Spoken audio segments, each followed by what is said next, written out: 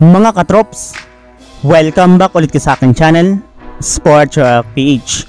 At ngayon nga ipag-uusapan natin ang balitang jackpot nga daw po ang Golden State Warriors sa kanilang bagong center.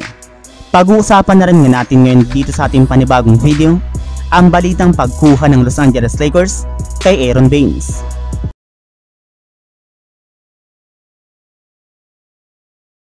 Napag-usapan pala nga po natin mga katrops na habang hinihintay nga po ng Golden State Warriors ang pagkikipag-meeting nila kay Dwight Howard, ay kumuha muna nga po sila nung nakarang araw ng bagong big man sa katauhan ni Osman Garuba na binigyan nga po ng kanilang team ng two-way contract. Para nga po sa inyong kaalaman mga katrops, si Osman Garuba nga po isang 6'8" undersized na big man at ang former 21st pick ng Houston Rockets taong 2021.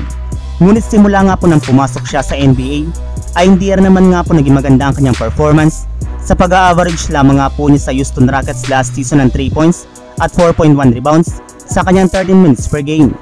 Yes, hindi nga po siya masyadong napagtutuunan ng pansin ng Rockets na siyang dahilan bakit itinrade siya papunta sa Oklahoma City Thunder na agad rin naman nga po siyang iniwave ngayong offseason. Kaya dahil nga po sa nangyari ngayon kay Osman Garuba ay hindi na nga po niya napigilan pa ang kanyang sarili na magsabing napapatunayan nga daw po niya na mali ang mga pinagsasabi sa kanya at yan nga daw po ang inyong pakatandaan gayong gagawin nga po niyang lahat ng kanyang makakaya upang makapag-ambag ng malaki sa Golden State Warriors.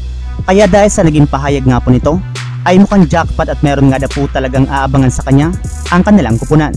Samantala, pumunta naman tayo sa ating sunod na pag-uusapan sa balitang pagkuha ng Los Angeles Lakers kay Aaron Baines. Ayon nga po sa binulgar na balita ng isang insider, dahil nga daw po meron pang natitirang isang pwesto sa kasalukuyang lineup ng Los Angeles Lakers, ay inaasahan na nga po na kukuha pa ang kanilang team ng isang player sa pamamagitan ng free agency market o DKA trade sa kalagitnaan ng season. At isa nga po sa mga nabanggit na player na pwede nga daw po nilang kunin ay ang big man na si Aaron Baines na kasalukuyang naglalaro ngayon sa Brisbane Bullets sa NBL. Hulier naman nga po itong naglaro sa NBA taong 2020 to 2021 season sa Toronto Raptors, kung saan nag-average nga po siya dito ng 6.1 points at 5.2 rebounds per game. Bagamat man nga po hindi ganun kalakihan ang kanyang itinatalang stats, ay malaki naman nga po ang maiaambag nito pagdating sa rebounding at depensa. So yun lang mga katrops, ang handog kong story ngayong araw. Sana nag-enjoy kayo, please like and subscribe my YouTube channel, Sports React PH, para sa iba pang story at update patungkol sa NBA. Kita-kits muli sa ating susunod na video.